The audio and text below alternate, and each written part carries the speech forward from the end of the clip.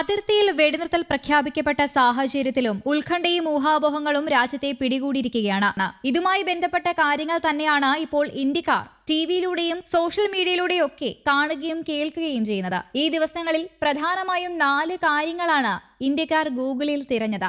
IPL cancel ചെയ്യുമോ എന്നായിരുന്നു ഏറ്റവും കൂടുതൽ ആളുകൾ തിരഞ്ഞത്. സുരക്ഷ മുൻനിർത്തി IPL താൽക്കാലികമായി നിർത്തിവച്ചിരിക്കുകയാണ്. ഷെല്ലാക്രമണം എന്താണെന്ന് തിരഞ്ഞവരും നിരവധിയാണ്.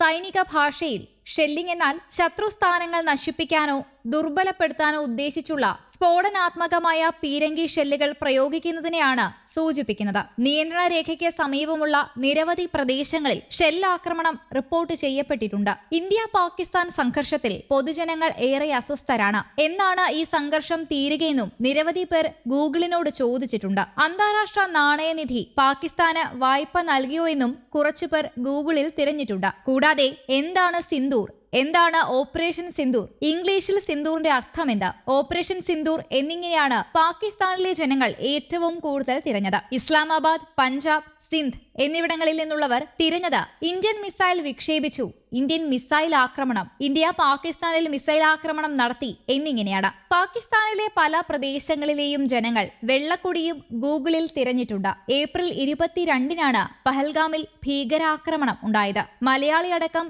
26 പേരാണ് ഈ ആക്രമണത്തിൽ കൊല്ലപ്പെട്ടത്. കഴിഞ്ഞ ബുധനാഴ്ചയാണ് ഓപ്പറേഷൻ സിന്ദൂറിലൂടെ ഇന്ത്യ ശക്തമായ തിരിച്ചടി നൽകി തുടങ്ങിയത്. നിരവധി ഭീകര ക്യാമ്പുകൾ ഇന്ത്യ സൈന്യം ആക്രമിച്ചു. അതിർത്തി കടന്നെത്തിയ ഡ്രോണിനെ ഒക്കെ ചെറുത്തു. പാകിസ്ഥാനിൽ പ്രവർത്തിക്കുന്ന നിരോധിത ഭീകര സംഘടനയായ ജെയ്ഷെ മുഹമ്മദ്, ലഷ്കർ ഇ തൊയ്ബ, ഹിസ്ബുൾ മുജാഹിദീൻ എന്നിവയെ കേന്ദ്രീകരിച്ചായിരുന്നു ഇന്ത്യയുടെ മിസൈൽ ആക്രമണം. Bahawalpur, Muridke, Gulpur, Sawai, Bilal, Kotli camp, Barnala camp, Sarjal camp, Mehmoona camp എന്നീ കേന്ദ്രങ്ങളാണ് ഇന്ത്യൻ സൈന്യം തകർത്തത്. പാകിസ്ഥാന്റെ പ്രകോപനത്തിന് തക്കതായ മറുപടിയാണ് ഇന്ത്യ നൽകുന്നത്. ഇന്ത്യയുടെ സൈനിക കേന്ദ്രങ്ങൾ ലക്ഷ്യമിട്ടാണ് പാക് ആക്രമണം നടത്തുന്നത്. പാക് പല ആയുധങ്ങളും ഉപയോഗിച്ച് ആക്രമണം നടത്താൻ ശ്രമിച്ചു. ആക്രമണം ഇന്ത്യ ശക്തമായി എതിർത്തുവെന്നും വിക്രം മിശ്രി നടത്തിയ വാർത്താ സമ്മേളനത്തിൽ അറിയിച്ചു. 26 ഇടങ്ങളിൽ ആക്രമണമുണ്ടായി. അന്താരാഷ്ട്ര വ്യോമപാത പാകിസ്ഥാൻ ദുരുപയോഗം ചെയ്തു. ഷെല്ലിങ്ങും വെടിവയ്പും ഡ്രോൺ ആക്രമണവും പാകിസ്ഥാന്റെ ഭാഗത്തു നിന്നുണ്ടായി.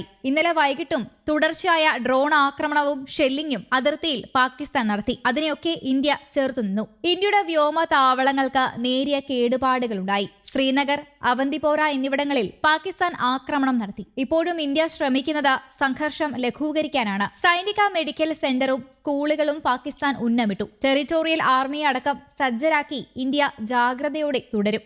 News desk, Kerala Kaumudi.